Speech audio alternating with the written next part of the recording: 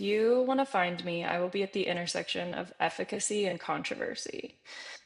Um, Hmm. like Yeah. I just like find myself in these places that I'm like, this is so cool. It's really working. And maybe not everybody loves it.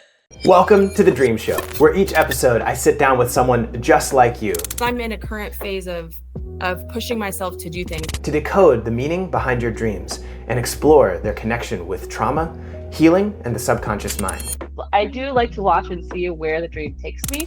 My name is Jesse Lyon, your host, a licensed counselor, certified trauma hypnotherapist, and a dream interpreter.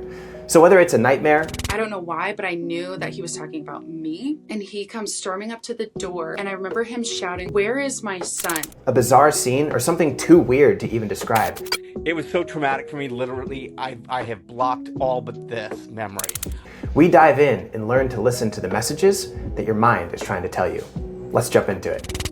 Special thank you to the sponsor of the show, Julie, over at Empowering Me. There's links in the description down below to go check out her work. She runs a whole channel with a Discord server and Instagram pages and TikTok pages specifically for building a community around individuals who are recovering through trauma, specifically like complex trauma. And I tell you what, Julie's one of those people who puts her story out there, is just so brave about it. And I've seen it inspire many others. So Julie does all of our intake interviews with people. So Rin, you got the opportunity to meet Julie and have that interview with her before we scheduled our show. And so shout out to Julie for doing that. Check out her stuff down below. Give her a follow. It's really cool. Welcome to The Dream Show. My name is Jesse Lyon, licensed mental health counselor, certified hypnotherapist, and a dream interpreter. And today I am joined by Rin.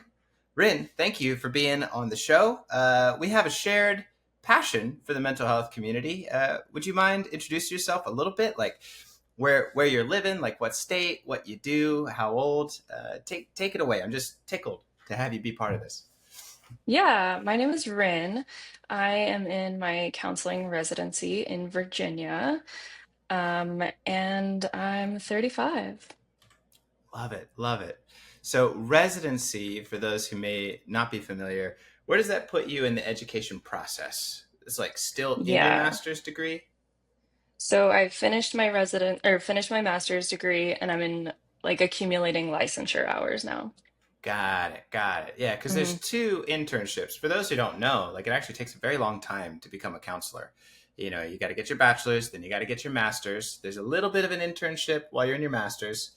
And I say a little bit, it's still a year long. And then once you graduate, you got to do another 2 years of internship before you can even sit for the test to be licensed. And so you're in that postgraduate internship, racking up your hours so you can go sit for Yeah. that test. Are you an Hmm. early test taker or late test taker? Did you take it already? Yeah, I took it already. Ah, Yeah. okay. I waited until I had to, but that's probably the ADHD procrastination for me. I just Yeah, wanted to get it over with as soon as possible.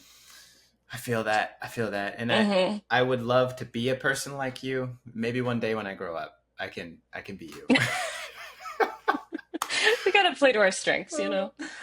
That's true. That's true. Well, what do you want to focus on as a counselor? Have you kind of like settled into a topic that you're particularly passionate about? Hmm.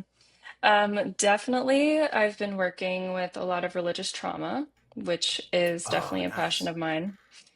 Um, and trauma of all kinds, but I'm about to take your course. So in the next month or so, I'm gonna be signing up, and What, the hypnotherapy course? I'm really excited about it. Oh, Yeah. oh my Yeah. gosh! All right, well, Rin, you'll be around for sure. Here we Maybe we'll have go. to have you also on the podcast too to talk about hypnosis. But Yeah, let's that's go. that's great. That's great. So, how did you find out about this dream stuff? When did you become interested in your dreams, or is this like, oh, I saw Hmm. this weird guy from Florida on the internet, and now I'm thinking about my dreams, but never thought about it before? Where do you find yourself? Yeah. No, I've always found like a little bit of meaning in my dreams from time to time. Um, Sometimes it's felt like related to grief or like people who have Mm, like visited me in my dreams, like some messages. Um, Sometimes it's just like an important feeling. And I had a friend who was like really into dream analysis and interpretation several years ago. Nice. So I was always like throwing things at her and being like, what do you think of this? And it was just really exciting to me to like see what could become visible in Yeah. that like in that dream space. And then I found you and I've just been like, I need to know more. This is so fun. Oh, So I hope yeah. it's been helpful. I hope it's been inspiring. That's all I ever want. That's Hmm. cool. So tell me a little bit more about your dreams then. Are you a pretty vivid, pretty avid dreamer? Does it happen just every so often? Do you ever get lucid dreams? What's that like for you? Yeah, I don't usually lucid dream. I often have vivid dreams. I would say over the past 3 or 4 years, my dreams have been somewhat thematic. Like one dream, it'll like stop and then pick up at a later point, or like kind of evolve. It Oh, would be like a progression. Um, or there are themes around like, so I was a nurse for 10 years, and there'll be wow. like themes about the hospital or patients or that kind of thing. Hmm. Um, it's not every night that I dream, but I definitely like I would say I dream frequently. Yeah, yeah. Like once a week, couple times a week, couple times a month, Probably once or twice a week. once I'll or twice remember a a week. dream. Nice, nice. I think what's Yeah. so cool about this too is the more that we talk about dreams and start to show their connection with psychology and mental health, it starts to normalize it too. You know, some people go large periods of time without dreaming. Some people dream every single night, and so like hearing the frequency and like types of dreams that people have, just like kind of destigmatizes it and like normalizes it. Like, yeah, okay, well, I'm kind of like Rin. That's kind of neat. You know, I'm not Hmm. alone in this crazy world. Okay, so when you're having these gaps between your dreams, how long are those gaps taking for you? Is it from one night to the next? You'll pick it up the next evening, or it may be 3 months later, and now I'm picking back up on that weird hospital dream. Yeah, sometimes it'll be like I've had a series of dreams, maybe not the ones we're going to talk about today, but Okay. um, starting out like 3 years ago, and every couple of months I would have a dream as recent as like, I don't know, 2 months ago. Okay. Now you're curious about that dream. Well, we can go wherever you want to go today. I'm curious about many things, but Uh-huh. this is your time. So I am always curious about the dream that gives you the most emotional like oomph or motivation that Hmm. brings you into this conversation. So yeah, I'm curious about that too. But the one that's like sticking with you, it's like I got to talk to Jesse about this, is the one I want to talk about because your subconscious is saying, pay attention to this one. This one's the one we need to discuss. So I'm gonna honor that. Yeah. Yeah. Well, Rin, that's all the beginning questions I've got. Take it away. What dream are we jumping into here, and when did you have it? I'm gonna open my Okay. phone. You sent me some bullet So, points. We'll go over. yeah, this is a series of about 4 or 5 really short, brief dreams. Um, but they have all involved a baby. And I have a 1 year old, so Okay. it's not my baby though. It's not my baby in these dreams. Hmm. It's just a baby. And after about the second one I had, I was like, I've had another dream about a baby. Maybe I should write this down. And then since then, I've had a couple of more. Um, and then I was like, I'm gonna get in touch with Jesse. Okay. Yeah. So the first dream was really, really brief. I was just like in a store, and it was like I lost the baby. Somebody had the baby, but I didn't know who. And I like left the store. I was at home, and I just felt like, where's this baby? And I felt like distressed wasn't the most primary emotion, although I did feel like concerned. Sure. Like overall, I was just really embarrassed. I was like, oh my God, how did I lose this baby in the store? Yeah. There's a lot of judgment if a parent loses a baby, isn't there? Yeah. that'd be pretty bad. Be like, what the hell's wrong with this mom? What's she doing? Yeah. Mm-hmm. Yeah. Okay. So some panic, of course, but the overwhelming feeling is embarrassment.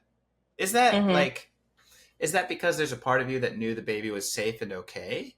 It's just like, oh gosh, I just misplaced it. I didn't know exactly where the baby was. I just like, Sure. um, and I'm not even sure now. I'm not even Hmm. sure That's okay. what the case was, but I definitely remember feeling like, how did I let this happen? This is so embarrassing. Hmm. So does the dream progress after that, or is it just a scene? Like, do you find the baby later? Nope, that was like the end of that dream. So very, very short. Very short. I mean, who knows how long it took you to dream of this? Because Right. time distortion is normal in dreams, but the scene is just like a single scene almost. Mm-hmm. Yeah, Yeah, it yeah. was like a scene where I was like at a store. It was like kind of busy and crowded, and then it like cut to um like I was in a house, like kind of talking about it with some friends. Like, I just don't know where this baby is. How Oh, embarrassing. so the baby was lost for a considerable amount of time. I guess so, yeah. Enough to go back home, I guess, and talk about his friends. I Like, guess I went guys, home. you're not going to believe what happened to me at Walmart. I lost my baby. Still don't know where it Yeah. is. Oops. You hate to see it happen. Yeah, You do. You really do. that's amazing. Wow. Okay, so how long ago was this dream? Is this pretty recent, or is this like a That old? one was probably 2 weeks ago, 2.5 weeks Very ago. recent. Okay, Yeah. okay. Now, how many more dreams have you had in this series? Because I might be curious to hear more about the context before we jump into an interpretation. Because from what you're describing, it's almost like here's a bunch of snapshots, and so I wonder if there's like some character or story development that happens between these hmm snapshots. You know? Um, the next dream just involved another baby, but it was like similarly brief. Okay. Did it feel like the same baby, or is it kind of? I guess I'm trying to sort out as I ask you these questions. Yeah. Are they connected or are they different? You know. I think they're connected. Okay. Okay. I think it's like I had the same kind of emotional response towards the baby. Okay. Okay. What is your emotional response to the baby? Um, it was kind of like I'm supposed to be taking care of this baby, but there wasn't like huge concern, if that Hmm. makes sense. It was more Yeah. like a kind of neutral responsibility that I knew that I Hmm. had for the baby, It's like, oh but it yeah, wasn't I should probably attend to that. mhm, Yeah. yeah. Interesting. Okay. Well, let's see. What's the second, you know, hmm baby story dream? Maybe we'll see if it's connected or how much it's connected. Yeah.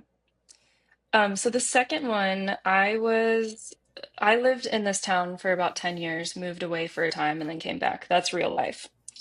So Okay. there is an apartment that I used to live in, and I was in that apartment with two friends. And when I was leaving the apartment, my one friend was like, we've got to go. Like, we're just like he was just like rushing me. Like, he had to be somewhere. It wasn't like a dangerous situation. But Okay. I looked down and this baby is like entirely covered in poop, like head to toe, brown smooshy poop everywhere. Nice. Poop And is my favorite dream symbol. is it really? Oh yeah, it's great. I'll tell you why here in a minute. Yeah, I'm sure That's it'll all awesome. become very clear. Yeah. Hey, I hope so. That's Yeah. where we're heading. So I was like, well, what do I do? Like, I need to clean this baby off. And he was like, we don't have time. So I buckled this poopy baby up in a car seat. And at that point, I was like, I don't know if this baby's alive, actually. Oh, Where, oh where, no. and I wasn't like, I was like, I should be like more like I'm concerned, but what should I do? Like, are you sure we can't just like wipe this baby off? So at some point in the dream, it was like somebody's good idea to be like, we got to take this baby to the ER. So We Okay. go to the ER, and basically everything is fine as far as the baby's aliveness. The baby is alive. Um, Covered in poop. And I kept being like, I used to be a nurse, but this is so gross. And why can't I like remember to put my gloves on? And I'd be like wiping and I'd be like, I've got to grab Yeah. these gloves. I'm getting Yeah. poop on my hands. I guess the baby's fine. The baby's fine. But there's like poop everywhere. And it just kind of ended with like, okay, the baby's okay. We're leaving the ER. Maybe that wasn't like totally necessary, but Huh. Wow. everything's fine. Yeah, I see the common thread here of like an odd level of apathy towards this child of yours. Like, you know, it might be dead. We should probably check that out. Guys, funny thing happened. I lost the baby. You know, I'm sure it'll Right. turn up somewhere. Uh-huh. Yeah. Is there a third in this series, or is it just kind of these Yeah. two? Okay. Does the third one change and it becomes more of a story, or is it another snapshot, or does it follow the same Yes. pattern? Yeah, this one is a little bit more of a snapshot. So again, this is like reverting back to a time period when I lived here before, about 10 years Okay. ago. Okay. And I was dating someone and we were walking downtown, like having a good time, everything was fine, and it was my graduation, Hmm. which actually was like the time period in real life. Right. But it was Wait, like I was saying good. but this dream happens like they're in sequence, right? So the first one's first, second one's second, third is third. So this Yeah, one's probably like a week ago at this point. yeah. Okay, just making sure I'm tracking with you. But it deals with when hmm you were graduating, which was a while ago. Yeah, like Okay, graduating tracking. undergrad. Yeah. Um, and my parents, so I was like kind of like saying goodbye to this person and being like, am I like, I guess we're breaking up. And my parents like kind of entered the scene and were like, if you don't break up with this person, you will not graduate. And I said, okay, like, and then I rushed off to graduation and I like, the baby was there. Um, Just chilling. like the baby was in the car and I forgot to get the baby, like to bring the baby in for graduation. Man, someone's gonna And I call was like, DCF by the time these dreams are over. Like Department of honestly, Children and Families coming in. it's not a good look. It really isn't. You know, it's a good thing it's a dream baby, right? Yeah. So at that point, I did feel like this panic, like, oh my goodness, this baby is like left in the car. I need to go get this baby. Um, Mm-hmm. and then after that, it was like, okay, well, I got the baby. And then I like went to a graduation party afterwards. Okay. hmm Baby was okay again though. Yeah, baby was Yeah. okay. Baby's always okay in these dreams. This is Yeah, one tough these baby. ones, tough Yeah. baby. Yeah. Been through a lot. You say these ones. Is that referencing there's other dreams where the baby's not okay? No, Oh, okay. I was no, wondering if that baby's always been indicated. okay. hmm Wow. All right. Okay, is there another one? Yes, there's one more. This is the last one that happened Is just a few nights ago. also a snapshot or longer? Um, it's a little bit longer, but not of like full story, I would say. Okay. Well, I mean, then let's get the full story arc here. Okay, so chapter Yeah. 1, lost baby in the mall or superstore. Chapter 2, poop baby goes to ER, check if it's dead. Chapter number 3, graduating from undergrad, left baby in the car. Whoopsies, you hate to see it. Went to a graduation party. Chapter 4, the final saga. Chapter 4. The poop baby chronicles continue. Yeah. Okay, I'm Such a good down. name. Yeah, well, it's Okay, got to be the title of the episode now. It's like poop poop covered baby. baby goes to ER. That's great. Okay, all Oh, right, yeah. take it away.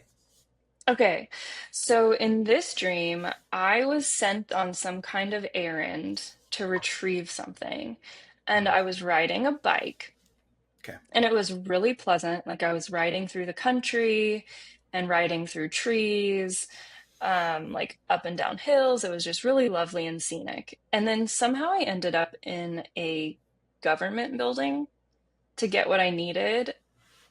And Hmm. it was like the mix between a courthouse or a DMV, but it was like very much like government building feel to it. Yeah, yeah, okay. Not like Um, military operations government, but like the no, just like a DMV. court.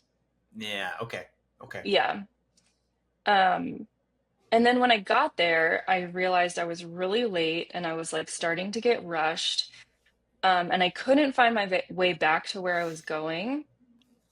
I had grabbed the thing that I needed and I was back on my bike and I had been using a GPS, but every time I turned, it like sent me to the same spot. I was like, I keep ending up here, and it wasn't like scenic and nice anymore. It was like Hmm. dark city vibes. It was late at night, it was raining. Hmm. And then at some point, someone like pulls up into the car and was like, get in, I'll take you to where you're going. And then all of a sudden, there's this baby with me. There he is. There's the There's.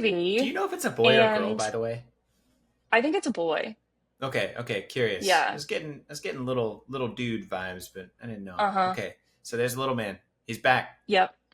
So suddenly he wasn't with me this whole trip, as far as I know, who knows? Um, but he's there, and I was like, well, now I have this baby with me. Like, I don't have a car seat. I can't just like get in your car, was my big concern. And I was like really, really nervous, but I just had Yeah, all this pressure to get back to return whatever item I was retrieving for whoever on this errand. yeah, Um, but I ended up getting in the car and was like, okay, I guess I'll just hold the baby. Fingers crossed. But it was like a very anxious, like, this is not good. This is not yeah, good. yeah. Not good because the baby is hurt, or just because it's like, well, you're supposed to have a car seat for a baby. Yeah, you're just supposed to have a car seat. Like, what if Yeah. something happens? What if, Mm-hmm. yeah, it's just not safe. Yeah, that makes sense. That makes sense. Well, that follows the thread, right? It's like there's often not a lot of emotional connection to the baby. It's more about like embarrassment, process, procedure. It's like you're supposed to have a car seat. I'm supposed to return this thing. You're not supposed to lose them. You're supposed to keep an eye on them. Well, you probably should wipe the poop off of them. I'm not worried about how the baby feels per se. And that has nothing to do. I'm sure you're a very kind, caring person. You're in the counseling profession, but it's just the way that you're interacting with this symbol. And we're going to have to sort of deconstruct what this symbolizes for you. It has nothing to do with your abilities as a parent. It's totally separate conversations. Thank goodness, right? Yes, bless, bless. Does this relate though to your actual child? You know, you said you have one child, and they're a baby. Are they also like this 1 year old? Can you say that in a different way? Sure. I'm saying, is the age of your literal waking child one, just like the age of your dream baby is also one? Are they the same age? No, the baby's younger. I would say probably like anywhere from like 4 to 6 months. Oh, tiny baby. Yeah, little Okay. baby. And your little one's older than that. Yeah. Yeah, gotcha, gotcha. Well, so telling them all in a sequence like this, is there anything that like sticks out with you? Maybe you're particularly concerned about, like a point that like emotionally resonates with you the most, or a question that you have. You know, I kind of want to get your feedback first and see where your subconscious is leading us before I make, you know, because obviously I haven't got a lot of thoughts, but I want to be sensitive to your subconscious guidance rather than just me jumping all over it. hmm I guess the themes that I'm noticing are being hurried and rushed and being Definitely. told I have to do something that I don't want to do necessarily. Like, get in the car, we've got to go. That happened in Yeah. two of the dreams. Um, I'm curious about the baby itself, like what that Yeah. symbol is.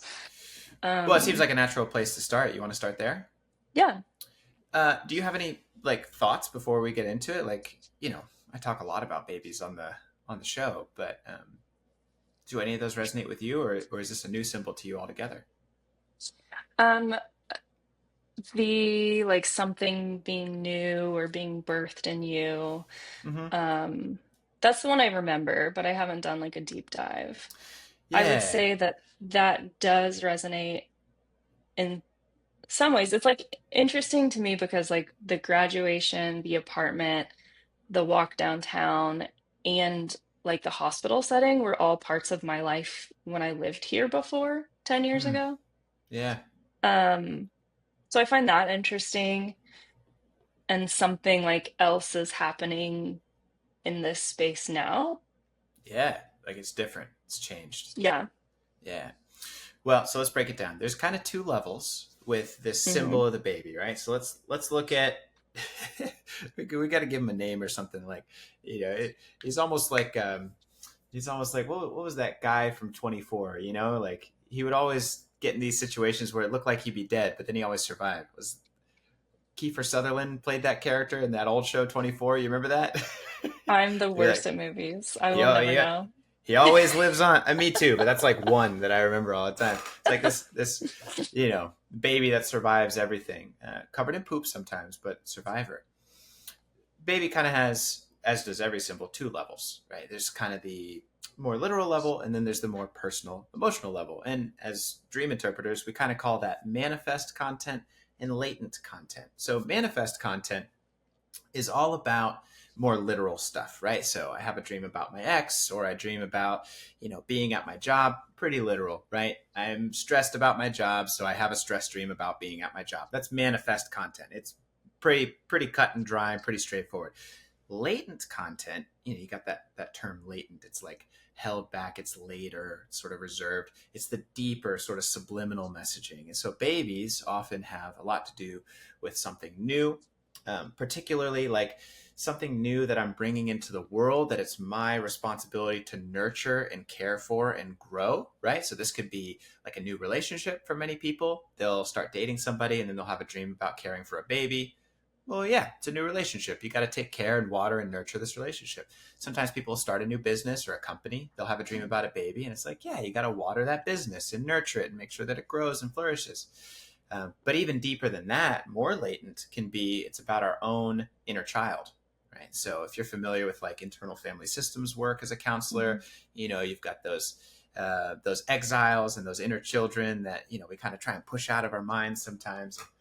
A lot of times, those symbols of a baby can be about those inner child parts that we need to take a look at. But yours is particularly unique, right? So the things that stand out to me are the distance of the connection with this baby. You think of a baby, there's typically this really close and emotional connection, but there's not a lot of emotional connection. The way that you relate to the baby the most in this series of dreams is usually through some kind of pressure or responsibility.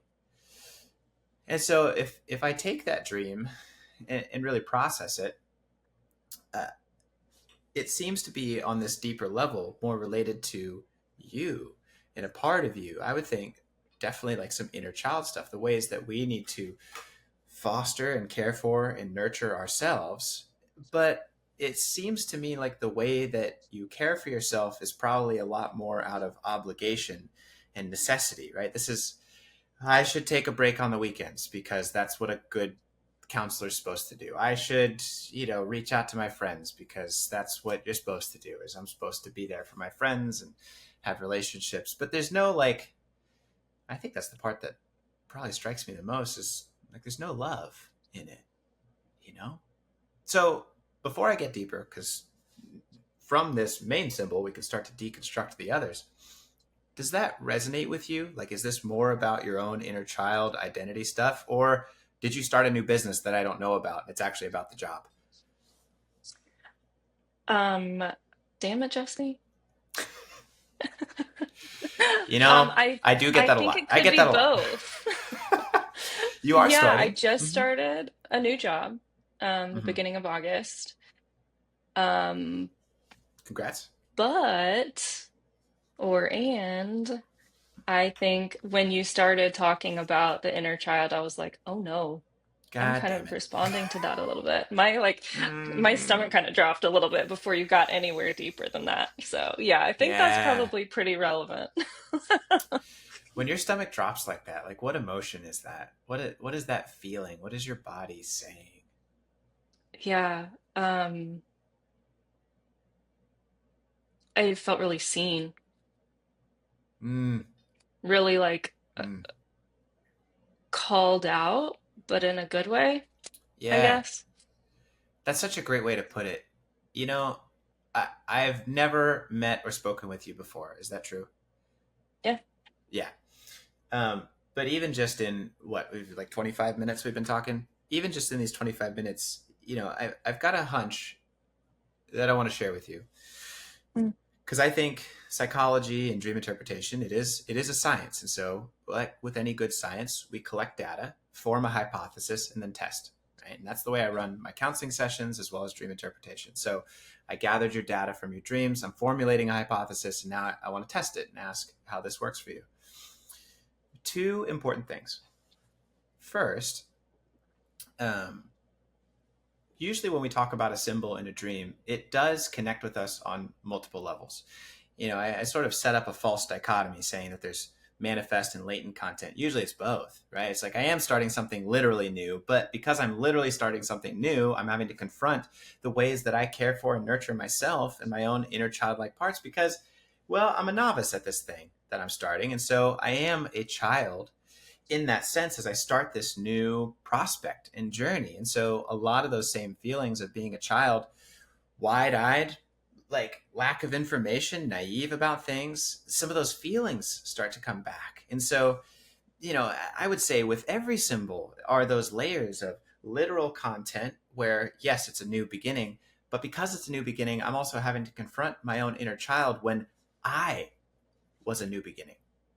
And so it all kind of circles back and relates. So that's one thought. The second thought that I want to test with you is, well, I've got this sneaky hunch just in the way that you talk about things that um, sometimes things are black and white for you. And it's nice when things are black and white.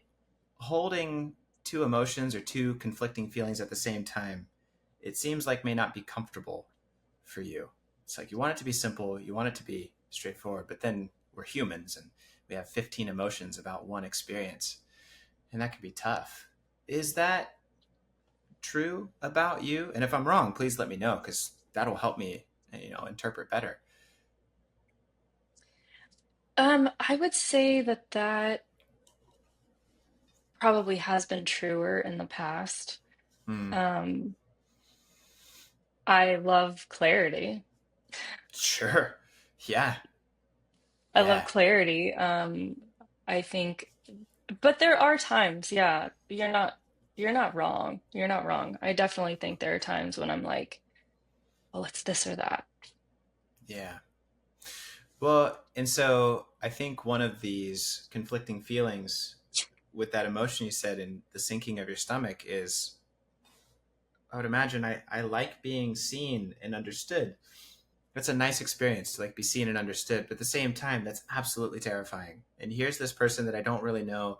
I'm telling my dreams, and he's telling me about myself in ways that I like being validated and seen because I feel connected to. But being connected to is the scariest thing because, well, now I'm exposed. I feel vulnerable.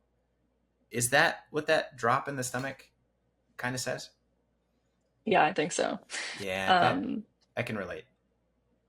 Were you gonna yeah, say I mean, something that else? was even like part of um my process, I would say, and even reaching out to you and coming on the show was like, I know that there's magic in being seen and Mm, being visible, and that's so important.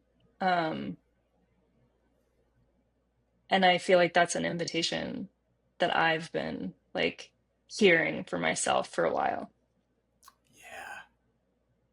Yeah, that's so good. I can relate so much, and I know people listening can relate as well. Oh boy, yeah. Okay, sounds like we're on the right track. So Yeah, now I let's think now so. let's get specific. Now let's get specific. Dream number one. Here I am in a store. Stores very typically are about choices. Oftentimes an overwhelm of choices. I have all these options, right? So you combine this symbol of choices, a store, right? There's like 400 brands of toothpaste, and it's all just freaking toothpaste. And it's like, ugh, too many choosings. Combined with the baby, it's like I'm at this new beginning for myself in my life, and there's a lot of choices to start. Well, and I don't even have enough information. I'm just a baby here. I don't even know how to make the right choice. And so I feel like I've lost myself. And two things. One, maybe there's a bit of confidence about I'll find myself again. Like, oh, the baby will turn up. I lost the baby. It'll come back though. But then two, also, there's not a very deep emotional connection with that inner child. And I just wonder, maybe as the counselor part of me, I just wonder, it's like, when did your connection with that inner child like become broken to where you didn't feel with that part of yourself anymore? Has it often been like that for you? Mm. Um, yeah, I can't think of like a time really like pinpointing, but I can think of like that Hmm. general feeling as a young kid. Hmm. And when you say that general feeling, you're talking specifically about the feeling of. The thing that's coming to mind for me is like taking on responsibility for Hmm. something that might not be mine to take on. That's something you felt even when you were small. Hmm. Yeah, yeah. Well, such is the story of every good counselor, right? There's a certain type of environment. I know you specialize in religious trauma and stuff, so I can only imagine what that story is. And you're welcome to share or keep it private, but I'm imagining what that might be, and some of the parentification, some of the inappropriate responsibilities that were forced upon you at that age, and how that feels. And so there is this piece where, gosh, when that is the experience that we have from our family of origin towards ourselves, it's like, here's all these responsibilities, and I'm connecting with you responsibility first rather than love first. It creates this pattern inside of our developing brains that, you're not doomed to live forever, but gosh, if it's not wired that way, and it takes a lot of work to wire a new way of connecting with yourself that does start with love rather than responsibility. It's hard. It's hard. And so here you are, starting a new phase and journey of your life. And well, what's the default? Well, I'm going to connect with this new phase of my life out of responsibility and obligation rather than enjoying the wonder and beauty of my infantile, naive, imaginative, curious, creative, emotional self. I'm going to start with responsibility and task management first rather than the Hmm. wonder and joy. Am I on the right track here? Yeah, Okay. definitely. Okay. Hmm. Anything you want to add or keep moving? Yeah, the thing that's coming to mind for me is Mm. that I feel like I've been doing that more in my family. Like Mm. I like with my husband and son. Yeah. Like I've just gotta do all these chores or cook or whatever the thing is, Yeah. which are like certainly very pressing things at times. Um, and I Yeah. think there are people in my life who offer me opportunities to like go for a walk. And I sometimes don't do that. I feel you. I Yeah. know. I know. Well, it's hard, and if your value is based on the things that you do for others, then going for a walk is a bad choice because that's for me. And so, what hit to my value will I take if I do something that feels genuinely selfish like that? I don't have a way to think about those things. I have to always be serving because if I'm not serving, then what good am I? It's hard to live life that way. Hmm. Yeah. Yeah, I know that. I know that. Hmm.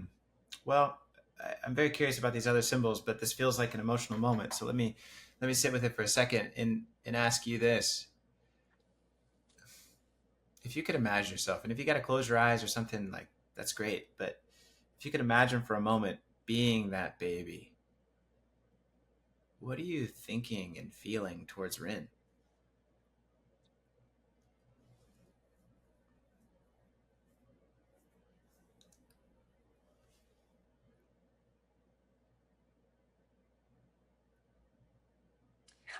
I think I'm just wanting attention Mm. Yeah. and being seen. If you were going to put that into a phrase to say towards Rin, like as the baby, what would that sound like? What would the phrase or sentence be? Hmm.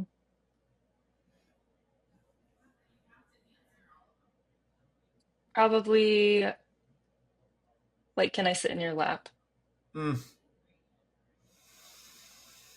Just let me be with you. Hmm. Yeah.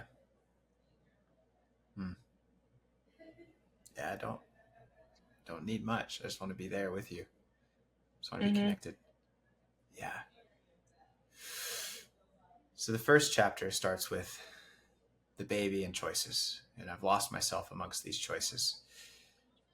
It's such an important dream to have and to have communicated, specifically because a lot of times we can make the logically correct choice and it's the absolute wrong decision. There's many times where I've sat down with myself and thought, like, well, geez, as a high school kid, like, well, what am I going to do with the rest of my life? Everyone's asking me, like, what are you going to go study in school? I'm sitting there thinking to myself, it's like, well, logically, I'm good at this. I got good scores with that. I took these aptitude tests about what I should do for my career. But, all of them would have been the wrong choice if I didn't follow what emotionally I felt passionate about. How many people make $1 million or have all the success they could ever want, but it was at the cost of what actually was meaningful to them in their life. And then they're laying on their deathbed and thinking, man, yeah, by the book, I aced all the tests, I achieved all the goals, but there was none of me in it. And so this dream seems to me to communicate, hey, I know there's a lot of choices and I know you don't have a lot of information with which to make these choices, but the most important thing is don't lose the baby along the way. Like, don't lose that wonder and awe and imagination, Hmm. because even if you make the logically correct choice, if you do it in a way that's not authentic to that inner child, it's still the wrong choice. Yeah. Is Thank there, you. yeah, is there a choice that's come into your mind specifically? I mean, you don't have to share either, but that was about 2 weeks ago. No. Maybe just in general. Okay, just wanted to ask. Hmm. Second one is the poop dream, my personal favorite. So Let's go. let's go. So for those who know me, poop dreams are some of my favorites because nobody likes Sigmund Freud, and his ways of working with individuals are very misogynistic and very outdated. But gosh, I love some of the stuff because I think it's the same affinity that Carl Jung had for alchemy. Like, alchemy is a failed science, right? And so, I kind of see Freud as my alchemy. Like, yes, it's a failed science. The psychosexual libido theory is done and over, but from it I draw inspiration for things that actually do make sense. And so I love Freud, and Freud very, very famously said there is the anal phase of psychosexual development. And the anal phase is when children learn to potty train. It's very important because of the emotional meaning. So poop, for Sigmund Freud and for dreams, is all about creativity. When a child like poops in the potty and then like turns around and looks at it, says, "Mama, I pooped." It's this moment where it's like, I made that. I did it. I made that. That came from me. And so it's like this first, like, authentically creative act. It's like, look, I look at, and oftentimes they'll tell you, I don't know if yours is old enough to potty train yet or if you've had that experience, but they'll be like, look, it looks like a choo-choo train, or it looks like a log, or whatever. They're very excited because I made this. I brought this into the world. I birthed it into existence. you know, but with that comes shame. Here is my authentic self-expression, my creativity. Will I be judged for it? will someone come along and say, "Oh gosh, it's so stinky. Oh, it's so gross." If I have an accident and I'm not able to creatively express myself in the right context and I go potty on the floor, will I be shamed and spanked and hurt and, you know, pushed into a corner for that trial and error? And so here's this battle waged within every person when it comes to that phase of development. So, well, here's your inner child that not only just in the anal phase, but covered in poop. And it's like, ah, man, there's that question again. Will you hold me? The first one is like, I know you're making all these decisions, but will you hold my hand while you make those decisions? Will you let me sit in your lap? And then here comes the second one. It's like, I know there's pressures from other people. I know you've got to go and time is limited and there's deadlines for everything, but will you still give me space to creatively express myself? And will you hold space even though it's inconvenient to have to wipe me clean after I try and make messy mistakes, to wipe me clean without shaming me for it because I was really trying my best? Mm. Yeah. And that's like, oh, and that can get so far to where it's like, oh, is my creative spirit dead? I got to take it to the ER. And so the dream is both like a warning about this creativity, but then also like an affirmation that it doesn't matter how far it goes. Like, you can never lose your inner child. They can get really lost, but that part of you never goes away. And like, like I said, Jack Bauer's the name of that character that never dies. Yeah. I just remembered it. But it's like, you never lose those parts of yourself. You just may forget where you placed them. Mm. Yeah. Is there anything you want to say about that? That would be the second piece. Anything that's resonating or standing out? Yeah, that's definitely resonating.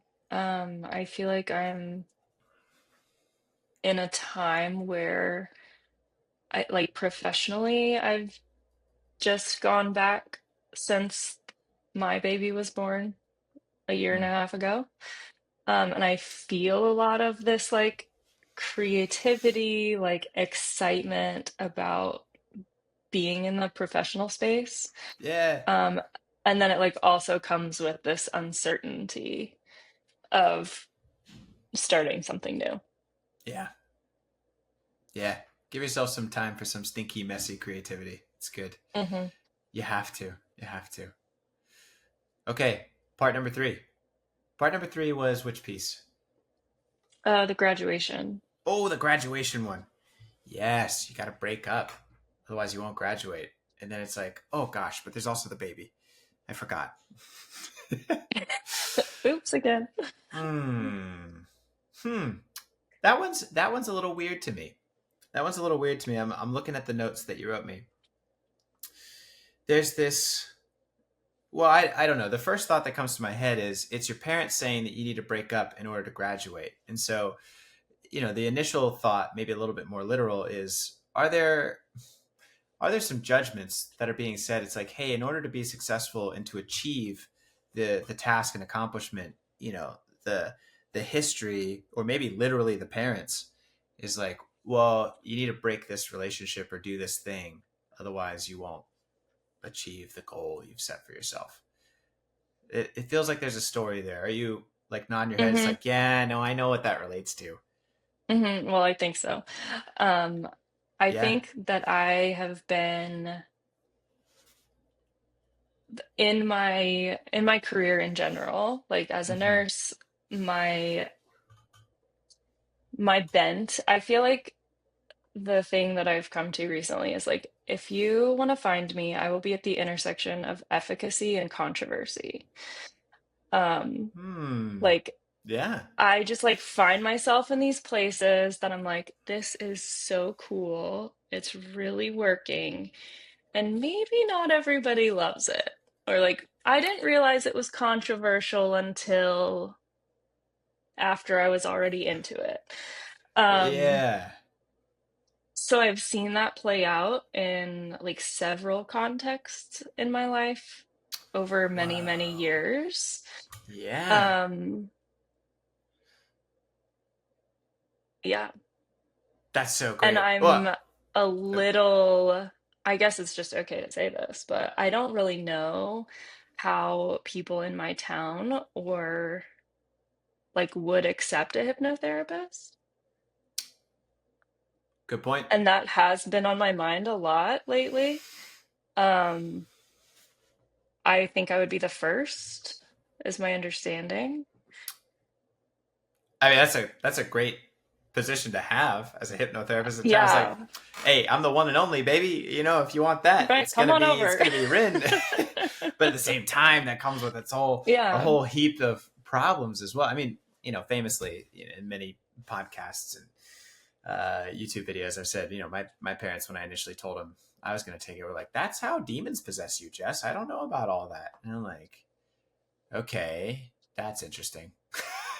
I'm in a very religious town too. So, Okay. yeah, that specific question has been on my mind a lot Yeah. of like I see the parents as being not like my parents, but some like overarching authority of what's acceptable, maybe. Yeah, so there's the literal, right, manifest content of, yeah, my parents are literally going to judge me. But then in a greater context, it's like authority in general in this town is going to judge me. Yeah. Hmm. Was it a specific ex boyfriend, partner that they wanted you to break up from in the dream? Because that could perhaps indicate to us specifically the struggle that you're having. Yeah, a it was a boyfriend at the time, Mm-hmm. around the time that I was graduating. Um, they weren't thrilled about him, but Okay. also I was kind of like, I don't know if we should do this, should we not? I was just like kind of uneasy about the whole relationship. Hmm. What did they not like about him? If you're comfortable sharing. Hmm. Yeah. Um, I think I'd rather pass that question. That's totally fair. That's totally Yeah. fair. Even if we don't get into all that, um, you can see at the very least this similar emotion, because the emotions always translate one to one inside of dreams. It's like, well, Hmm. regardless of the whole backstory, which probably too short to even get into here anyway, there is that feeling of my authority figures in my life have a strong opinion on this, and I am uncertain, which is also like, well, here I am finding myself at the intersection of efficacy and controversy again.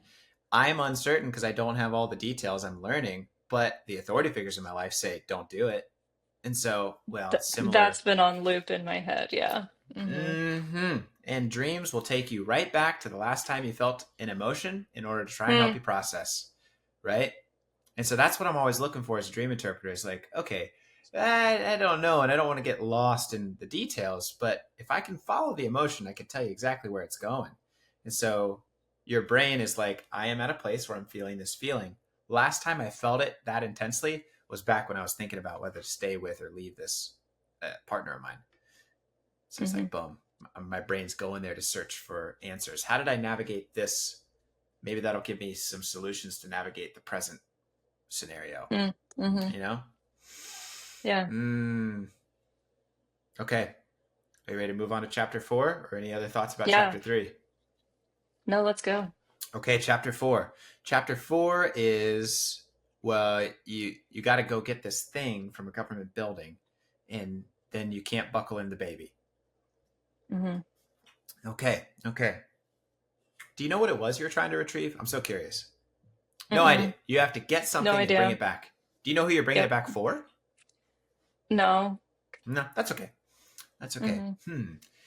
Government stuff, though. Well, government is like, it can also be authority, but it can also be like regulation and like rules. But you got to go retrieve this thing. There's some value out there that you gotta bring back. And in order to do it, you're losing your way trying to bring that thing back. Like you're able to get it, but then bringing it back is just going in circles here, spinning my wheels, and then somebody comes to help, and they can successfully help, but they don't have a seat for the baby. So what that all kind of says to me, here you're giggling because maybe you know where I'm going.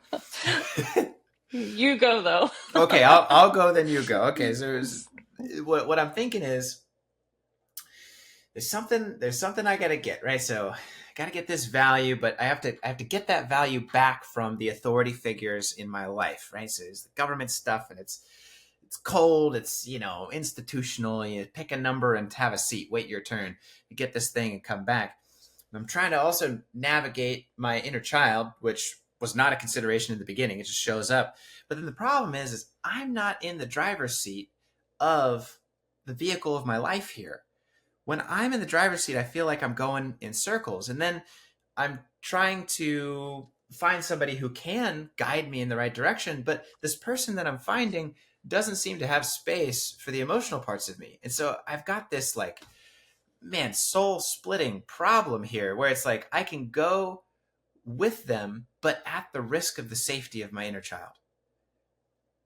And so it's like, one, am I even bringing this thing back for myself? Like, I'm on this mission for somebody else. Is this even really my journey to have? Number one, you know, why? What am I getting? Who is it for? It doesn't seem like it's for me. Number two, at what stake of risk for my own emotional sensitivity does the abdication of my driver's seat in the play of my life take? It's a little bit like esoteric and nuanced, but how does that resonate with your day-to-day life? What's coming to the surface for you? Um,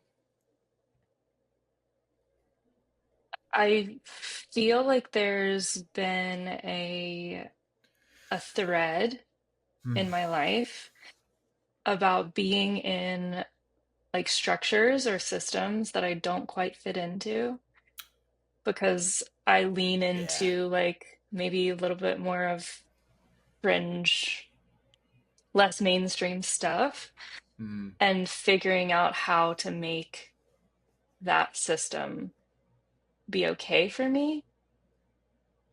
And I think that was a huge part of why I left nursing, was because I just felt like it was like so soul sucking. But Yeah. if I told you, I mean, there was so much wrapped up in like leaving nursing. Yeah. I mean, I you're did a welcome lot of to share. therapy on that. Yeah. I mean, it was like, I found out I had a martyr complex. Hmm. Yeah, I that found that checks out that out. push things aside and just like power through. Um, and then there was like a letting go that had to happen of Hmm. those things in order to like not be in nursing anymore because nursing felt really powerful in a lot of ways. Yeah. Like it felt like financially powerful, freedom, schedule, I could do what I wanted. Hmm. So that's just like one example, but I see like I think when I first wanted to get into therapy was about 10 years ago, and I had like a really incredible experience with EMDR. Oh But at yeah. the time, whenever I talked about EMDR, people were like, "What is that?" Like, I don't know what that is. A light bar? Like, what are we doing here? So I definitely felt like on the fringe of something Yeah. and like really connected to it and like wanting to bring it on board in my life in a way. And I think the big like fear or question is like if I Hmm. You got it.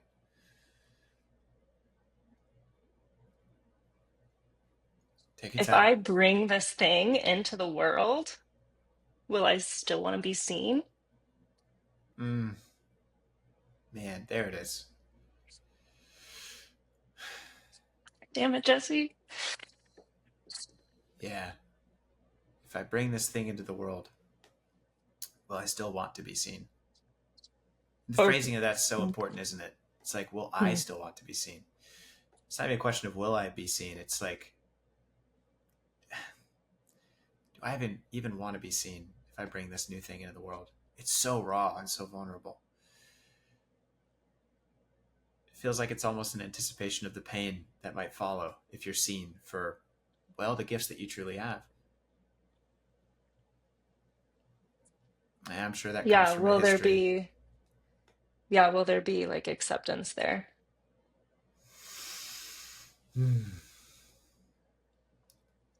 It's a great question. And you'll find out. But what I can Mhm. say is, Rin, I don't know. I don't know what other people can do or will do as you develop your skills and gifts. But one, I'd hate to be that person at the end of my life to regret not developing my skills and abilities because I was worried what other people would say. And then two, the most important, it doesn't matter. The greater question is, will you still accept yourself? That part you do have control over. And man, I'm so sorry for the pain that you've been through. You know, I'm relating to my own story, and I know other people are relating to their stories, because you're certainly not alone in that feeling. And it comes from a history of pain, of showing yourself, and then people's poor responses when you show the true version of yourself, not being kind or empathetic to it when you're in a sensitive spot. Mm. And thanks for sharing that. Your dream had a Yeah, lot. thank you. Your dream had a lot of really important stuff to say. Hmm. Yeah. Hmm. Yeah, take care of that little baby inside of you. That's great. Anything else? I know it's kind of a natural close. Like we're coming to the end because we worked it all the way through, and it took our time. We needed to take our time working it through. But any closing thoughts or questions? No, just thank you. Yeah, Yeah, these were all things that were like even in my conscious mind that I had been sorting through, but it's really powerful to see it kind of laid out in a dreamscape.